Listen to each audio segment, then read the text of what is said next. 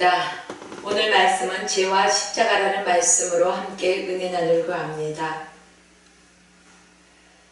이제 창세기 말씀에 보면 아담과 하와로 인한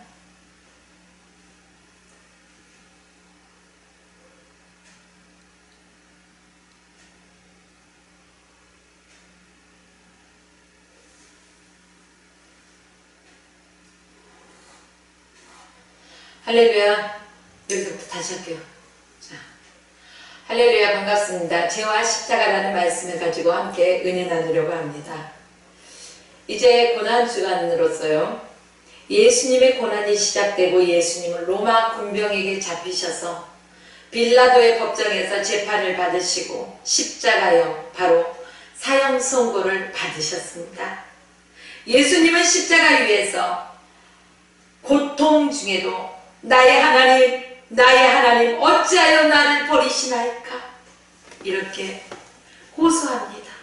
그리고요, 다 이루었다 이렇게 말씀하시면서 33년의 짧은 인생으로 인류의 구원을 위한 대속의 죽음을 당하시고 또 무덤에서 사흘 만에 사망 권세에 계시고 부활하신 바로 부활의 소망을 우리에게 주신 그 예수 그리스도를 생각하는 한 주 되시길 주의 이름으로 부탁드립니다.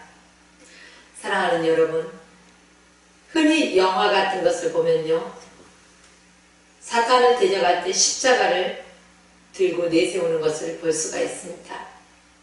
그런데 십자가의 능력이 있는 것이 아닙니다. 바로 이 십자가는 우리 주님이 우리를 위해 그 십자가에 위해서 찢기시고 상하시고 피 흘려 죽으시기까지 하신 그 십자가, 예수님의 고난을 상징하는 십자가입니다.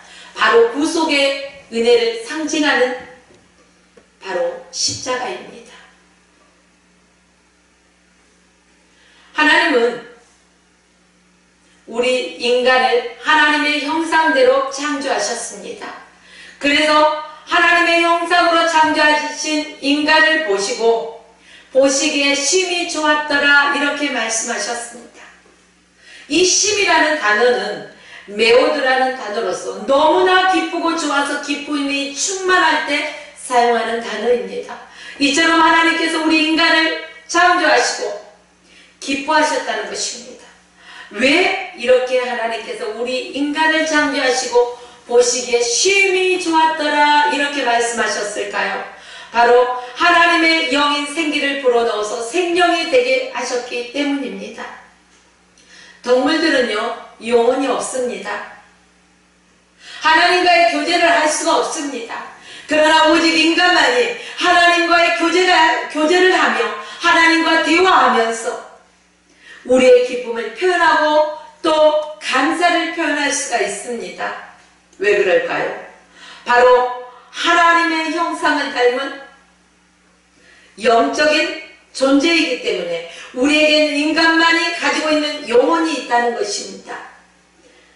자, 그런데요, 하나님께서 이제 인간을 창조하시고 보시기에 심히 좋았더라 말씀하시고 아담과 하와에게 에덴 동산의 모든 것을 다 다스리게 하셨습니다.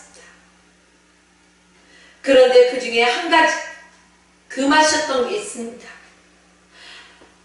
동산 중앙에 있는 선과 악을 알게 하는 나무의 실과는 먹지 말라. 먹는 날에는 정녕 죽으리라. 이렇게 아담과 하와에게 명령을 하셨던 것입니다. 하나의 획기적인 계약이라고도 말할 수 있습니다. 그런데요, 사단은 얼마나 강교할지 모릅니다. 창세기 3장 1절 말씀 보니까 하나님이 지으신 들짐승 중 뱀이 가장 강교하다고 기록되어 있습니다. 강교한 게 무엇입니까? 교활하고 강교한 것입니다. 아주 영리해요. 그래서 이 인간이 지혜롭고 청명한 것, 바로 지식 있고 지혜롭고 총명한 것을요, 우리가 좋은 데 쓰면 좋지만 악한 데 쓰면 또한 악의 도구가 된다는 것입니다.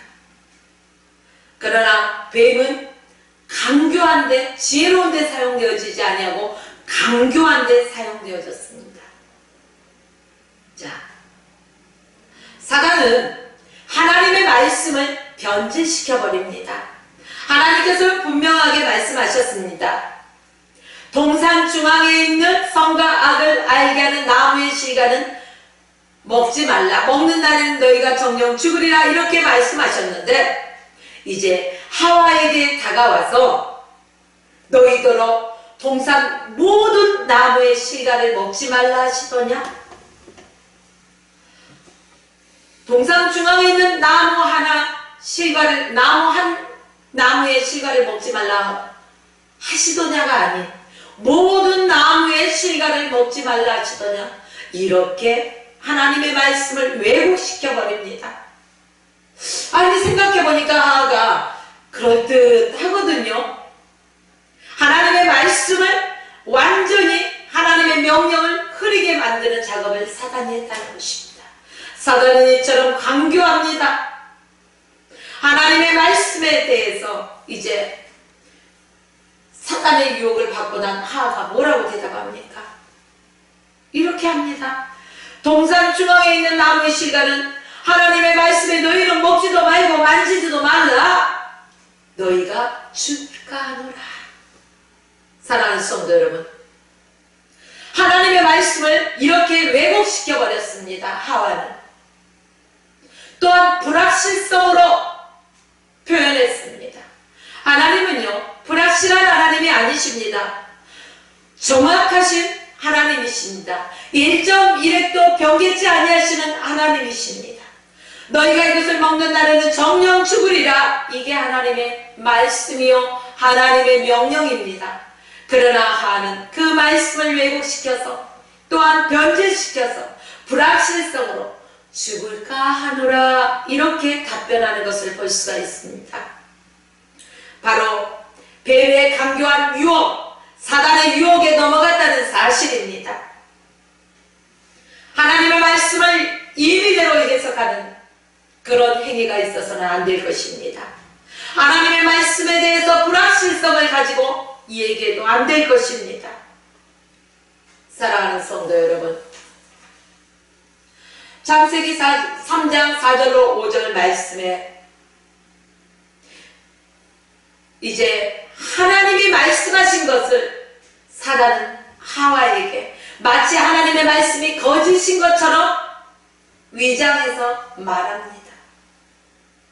그것도 결코 죽지 아니하리라 이런 의미로 말하고 있습니다. 결코라는 단어의 의미를 보면요, 죽이다, 살해하다, 이것은 무트라고 하는 이러한 단어입니다. 자, 사단의 표현은 결코 죽지 아니하리라, 하나님의 말씀을 신뢰할 수 없게 하고 또 하나님의 말씀을 철저하게 무력화시켜 버렸습니다. 사탄은 더 나아가서 인간의 욕망에 교만의 불을 붙이고 있다는 사실입니다. 너희가 그것을 먹는 날에는 너희 눈이 밝아질 것이야. 인간이 교만에 빠지게 되면은요, 바로 하나님 앞에 범죄하는 것입니다. 교만은 패망의 손목이요 넘어짐의 앞잡이라고 성경에서 말하고 있습니다. 인간은 하나님 같이 되려고 하는 것이 바로 교만입니다. 어떻게 인간이 창조자이신 바로 그 하나님을 뛰어넘을 수 있겠습니까? 바벨탑 사건을 보십시오. 인간의 교만의 극치를 보여주는 것입니다. 또한 창세기 3장 6절로 7절 말씀에 보면은 인간은 사단의 경허한 이러한 미혹에 빠져 범죄하게 되었다는 사실입니다. 그 사단의 범죄는 단순히 용서받을 수 있는 범죄가 아니라 인류가 영적 죽음에 이르게 하는 엄청난 죄악이라는 것을 알아야 합니다. 로마서 5장 14절 말씀과 17절 말씀을 읽어드리겠습니다. 그러나 아담으로부터 모세까지 아담의 범죄와 같은 죄를 짓지 아니한 자들 위에도 사망이 왕노릇하였나니 아담은 오실자의 표상이라. 그렇습니다. 아담 한 사람이 죄를 범하였으므로 말미암아 그 후대에는요, 죄를 범하지 아니하고 엄마 뱃속에서 응애응애 나올 때에도 이미 아담 한 사람의 죄악으로 인하여 원죄라는 것을 가지고 태어나게 되었습니다. 이래서 사망이 왕노릇한다는 것입니다. 또 17절 말씀 보겠습니다. 한 사람이 범죄함으로 말미암아 사망이 그 한 사람을 통하여 왕노릇하였은즉 더욱 은혜와 의의 선물을 넘치게 받는 자들은 한 분 예수 그리스도를 통하여 생명 안에서 왕노릇하리로다. 그렇습니다. 아담과 하와의 범죄로 인하여 엄청난 비극적인 이런 범죄함을 초래했습니다. 그러나 한 분 예수 그리스도로, 그분이 우리 인간의 모습을 입으시고 이 땅에 오셔서 우리 십자가 위에서 우리가 당할 그 모든 고통, 형벌, 강고를 다 겪으셨다는 사실입니다. 그리고 십자가에서 지키시고 상하시고 피 흘려 죽으시기까지 자기 신의 몸을 내어주셨습니다. 그리고 영원히 죄와 사망의 왕노릇하던 우리를 생명의 법, 하나님의 자녀 삼아 주셨다는 사실입니다. 누구든지 그분 한 분 예수 그리스도를 믿는 자에게 영원한 생명이 있다는 것입니다. 창세기 3장 6절 말씀해 보니까 여자가 그 나무를 본즉 먹음직도 하고 보암직도 하고 지혜로울 만큼 담스럽기도 한 나무인지라, 이렇게 성경에 기록되었습니다. 그렇습니다. 죄는요, 우리 인간의 육신의 눈으로 바라볼 때요, 아주 매혹적으로 다가옵니다. 그렇지 않으면 넘어가지 않기 때문입니다. 사단의 유혹의 세계는 이처럼 교활하다는 것입니다. 그 범죄에 빠지지 않도록 우리가 영적으로 깨어 있어야 됩니다. 바로 예수 그리스도 한 분만을 바라봐야 할 것입니다. 그러나 사단의 그 미혹에 넘어간 하는 어떻습니까? 이제 하나님처럼 되어지기 위한 교만함이 있었고, 또한 눈이 밝아진다는데 그 소리를 듣고 그 열매를 바라보니 동산 중앙에 있는 선과 악을 알게 하는 그 나무의 시가를 바라보니 참으로 먹음직스럽고 보암직하고 지혜로울 만큼 담스러웠다는 뜻입니다. 그 유혹을 떨쳐버리기 쉽지 않았다는 것입니다. 그래서 범죄함으로 말미암아 바로 하나님 앞에 나아갈 수도 없고 하나님의 형상까지 잃어버린 바 되었다는 사실입니다. 참으로 그 실과를 먹고 난 후에 눈이 밝아졌습니다. 또한 눈이 밝아짐으로 인해서 어떻습니까? 자기의 수치가 드러납니다. 무화과잎을 따서 가리잖아요, 자기 수치 부분을. 그리고 숨습니다. 사랑하는 성도 여러분, 예수 그리스도가 육신을 입고 십자가에 오셔야 할 이유가 바로 아담과 하와의 원죄로 인한 이 죄악 때문이라는 것입니다.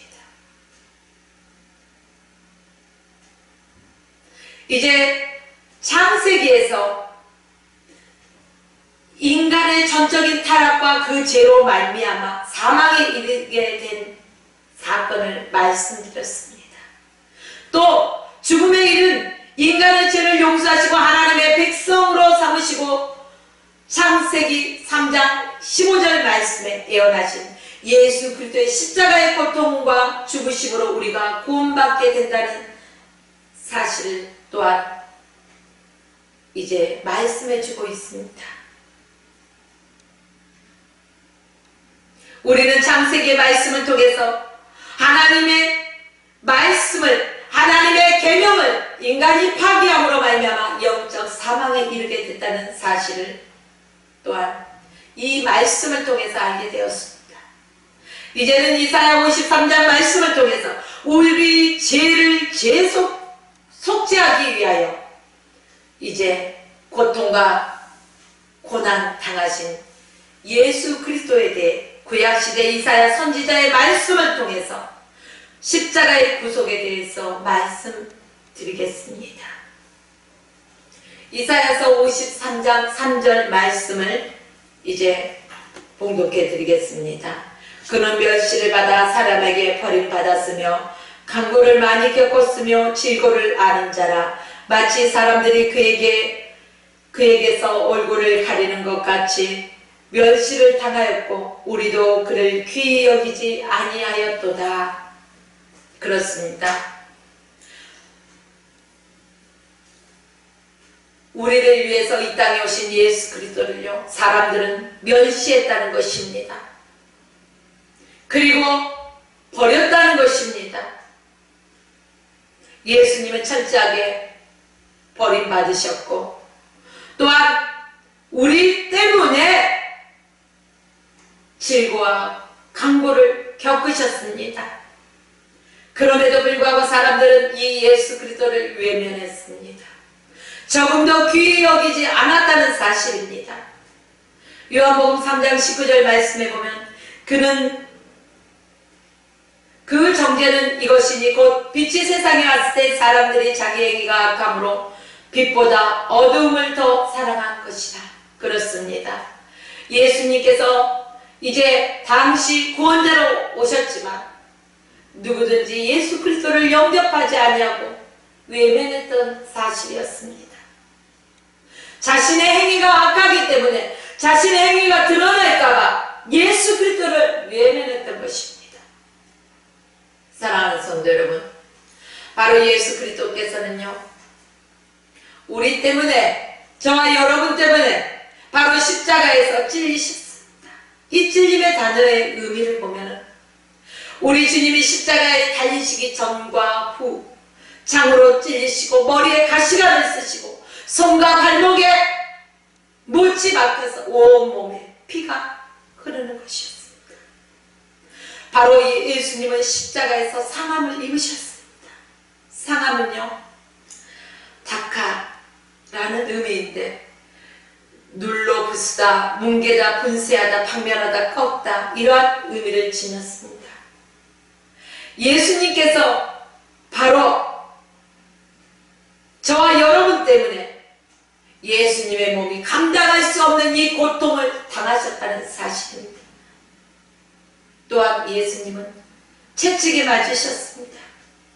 예수님의 이러한 십자가의 고난의 상징, 바로 사복음서에 너무나 생생하게 잘 기록되어 있습니다. 에베소서 2장 1절 말씀 보니까 너희의 허물과 죄로 죽었던 너희를 살리셨도다. 그렇습니다.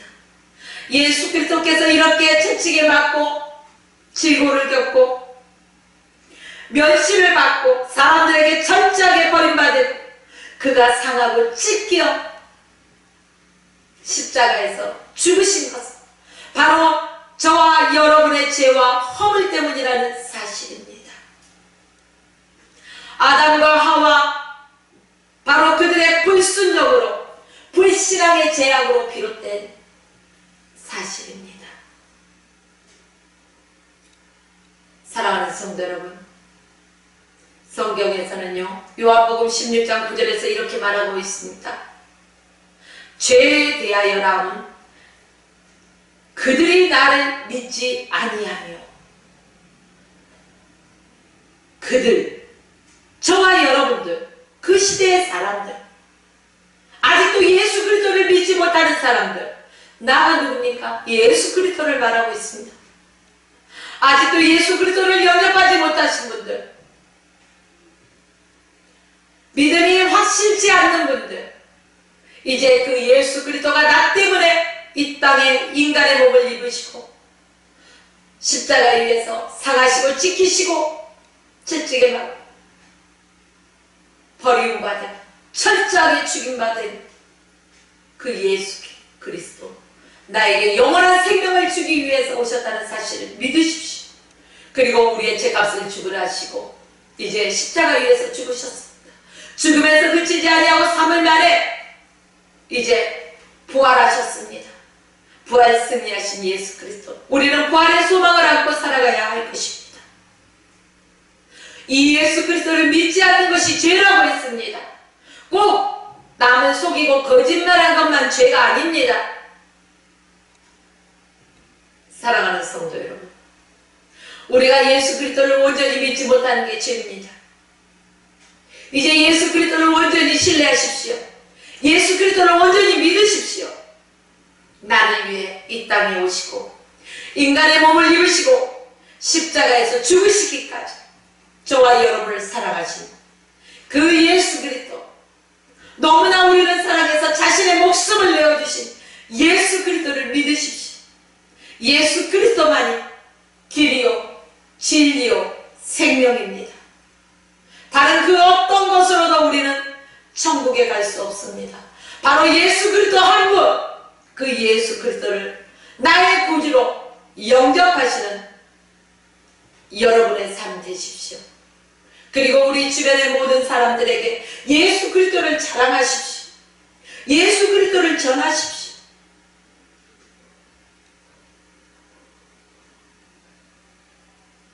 이것이 하나님의 뜻입니다. 우리는 사람들 앞에서 우리 육적인 것을 자랑하기에 얼마나 급급합니까? 그러나 우리가 믿는 예수 그리스도를 자랑하지 못하고 숨기고 있지는 않습니까? 훗날 우리 주께서 나도 너를 모른다 부인하시면 어떡하겠습니까? 천사들 앞에서 우리의 중보자 되신 예수 그리스도, 내가 너를 아노라. 이러한 우리가 하나님의 선한 도구가 되어지기 원합니다. 바로 우리의 삶 속에서 나를 위해 땅에 오신 예수 그리스도를, 예수 그리스도의 십자가를 자랑하십시오. 예수 그리스도만 생명입니다. 예수 그리스도만 능력입니다. 예수 그리스도를 전하고 승리의 삶 되시길 주의 이름으로 축원하며 오늘 말씀을 마칩니다.